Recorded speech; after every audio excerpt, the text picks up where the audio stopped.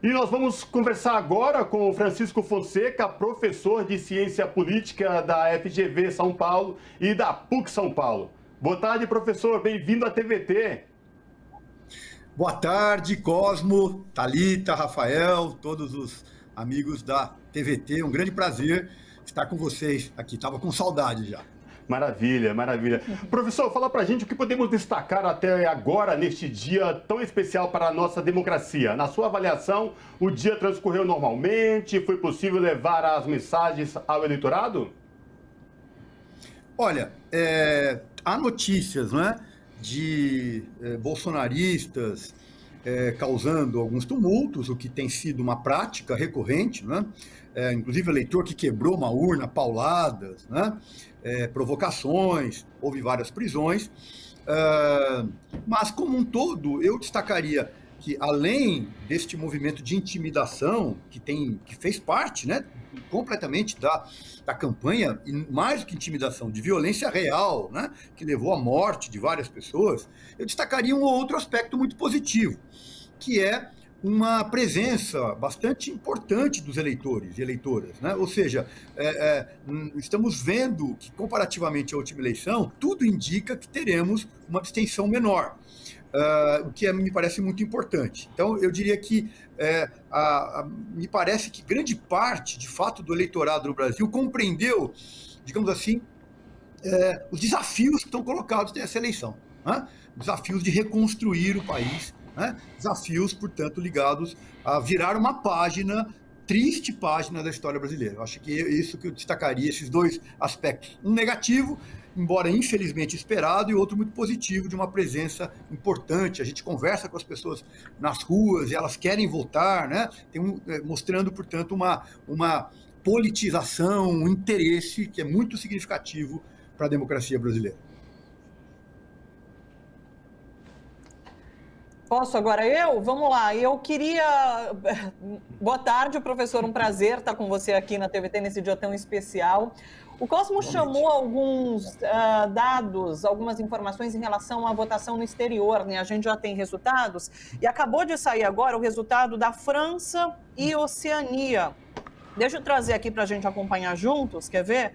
Na França, a contagem dos votos, né, terminou pouco antes das 3 horas, isso horário de Brasília, e de acordo com a contagem extraoficial ainda, Lula obteve 77,5% dos votos contra 13,7% de Bolsonaro. Então, Lula bem à frente na França. Já na Nova Zelândia, que foi o primeiro local a abrir, né, e concluir a votação, a capital, inclusive, da Nova Zelândia, Wellington, está 16 horas à frente do Brasil pelo fuso horário, e segundo as informações ali de urna, Lula teve 329 votos de um total de 458, então vencendo no país com 71% dos votos. O presidente Jair Bolsonaro teve 71 votos.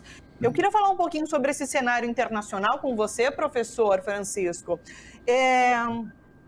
Bem diferente do que aconteceu em 2018, né? Em 2018 a gente teve Bolsonaro vencendo de fato no exterior, né? Em várias capitais, seja da Europa, seja ali na Ásia, e hoje a gente está vendo resultado diferente.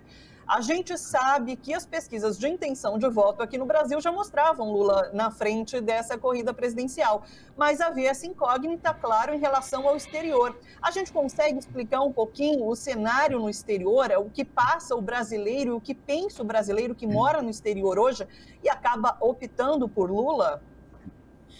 Sem dúvida. Eu diria que tem dois aspectos importantes, né?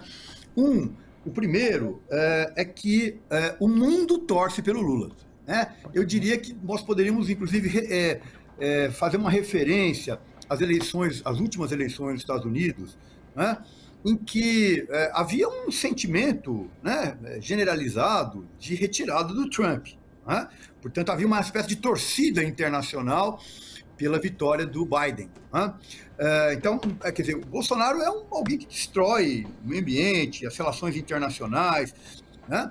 Não tem nenhum decoro. Basta lembrar que nos funerais da rainha, né, faz campanha eleitoral, não tem, né, não tem nenhum comportamento. Mas isto é apenas de uma perspectiva mais simbólica, né?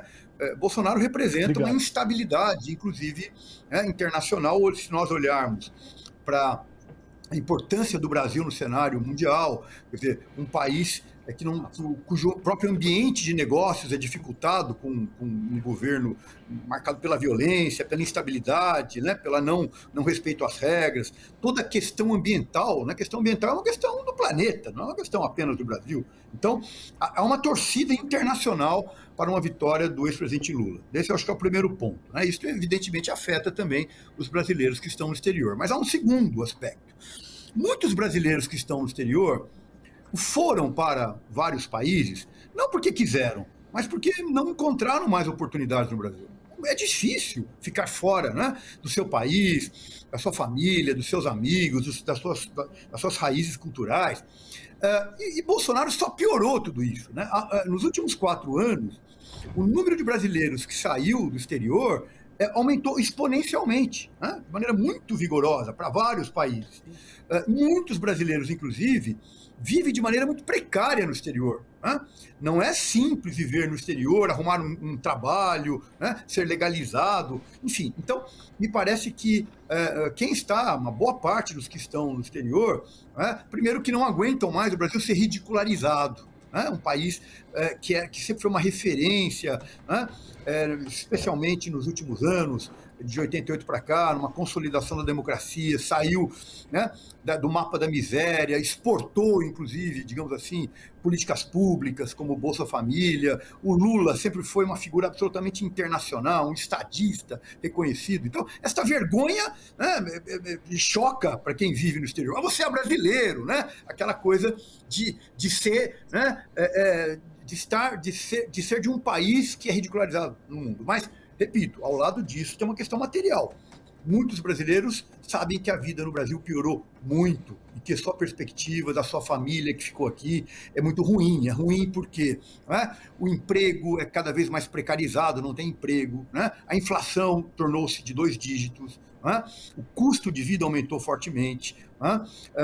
Enfim, e todo um governo que, na verdade, é contra os trabalhadores, é contra o desenvolvimento nacional. Então, até de um ponto de vista pessoal, familiar, né, o voto no Lula representa a possibilidade de retornar ao país, né, de ter a sua família com melhores condições. Então, eu imputaria esses 2 aspectos, né, este voto, que é um voto inteiramente diferente do que foi em 2018, né? Em larga medida, o ex-presidente Lula está ganhando, e está ganhando bem à frente do Bolsonaro. Professor Francisco, boa tarde, felicidade, alegria voltar a falar com o senhor. Já que a Thalita falou sobre a situação da votação pelo mundo, eu queria também tocar na importância, conversar com o senhor rapidamente sobre a importância de ter uma figura como o ex-presidente Lula como um novo comandante da nação, nesse momento em que o mundo está muito perigoso, né, professor? A gente tem uma situação de tensão internacional muito forte, com a oscilação dos preços da energia também variando fortemente. Como é que o senhor avalia a posição do Brasil, a chegada do ex-presidente Lula, possivelmente como novo presidente do país, e o posicionamento do Brasil nessa nova organização geopolítica no mundo? Uma pergunta muito importante. A política exterior brasileira, desde 88, né, e particularmente a partir da chegada do presidente Lula e depois do presidente Dilma ao poder, foi marcada por um amplo processo de negociação, né? O Brasil, tanto em fóruns internacionais, como a ONU, como em fóruns regionais, né? O Mercosul, a Unasul, enfim, numa postura muito propositiva, colaborativa, né? Inclusive de ajuda e intermediação de conflitos internacionais. O Brasil passou, de fato, a ser uma voz muito respeitada internacionalmente, né? Tanto por políticas internas, por estabilidade, como por uma política exterior, né, muito claramente, eu diria, pragmática e, ao mesmo tempo, com grandes compromissos, né? Um compromisso importante com a América Latina, com a África, né? Aquilo que se chama de um sul global, digamos assim, né? Portanto, em primeiro lugar, o golpe de 2016 teve um reflexo muito importante na política exterior, né? Temer já fez uma importante reorientação da política exterior brasileira, voltando o Brasil a ser quase que uma espécie de coligado, né, subalterno dos Estados Unidos. Né? Portanto, dando as costas para o Mercosul, as costas para a América Latina, para a África. Isso, inclusive, está num documento do PMDB chamado Uma Ponte para o Futuro, publicado em 2015. Quando assume Bolsonaro, isso piora muitas vezes, porque, primeiro, que é uma política exterior ideológica no sentido mais vulgar que essa palavra pode ter. Né? É uma política fundamentalista. Né? Aí a submissão aos interesses dos Estados Unidos tornou-se, inclusive, muito fortemente contrária aos negócios no Brasil, porque o principal parceiro comercial brasileiro é a China. Né? Enfim, então, até essa disfuncionalidade em termos de comércio, de negócios, aconteceu. Né? Então, eu diria que a saída do bolsonarismo, né, o retorno do ex-presidente Lula, representa um retorno de uma credibilidade já conseguida anteriormente.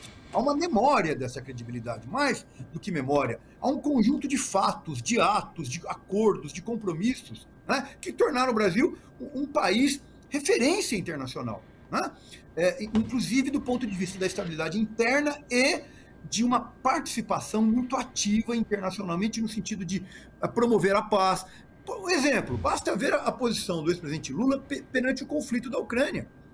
Né? O que ele diz? Vamos chamar, né, os russos, os ucranianos, vamos fazer uma mesa de negociação, vamos chamar, né, os diversos atores, até os Estados Unidos, a Europa, vamos reunir todo mundo. Quer dizer, essa é uma voz ponderada, essa é uma voz da negociação. O que é o Bolsonaro? Por sinal, o Bolsonaro é uma figura que, em fóruns internacionais, é rejeitado. Uma figura que ninguém dá bola, não tem o que dizer. Né? É um vexame completo. Enfim, então eu diria que o cenário internacional ganha muito fortemente em ter um líder com estatura internacional. Basta ver que o ex-presidente Lula, preso, né, em uma prisão política, né, recebeu líderes internacionais. E tão logo sai da prisão, é recebido por chefes de Estado, coisa que sequer o Bolsonaro é.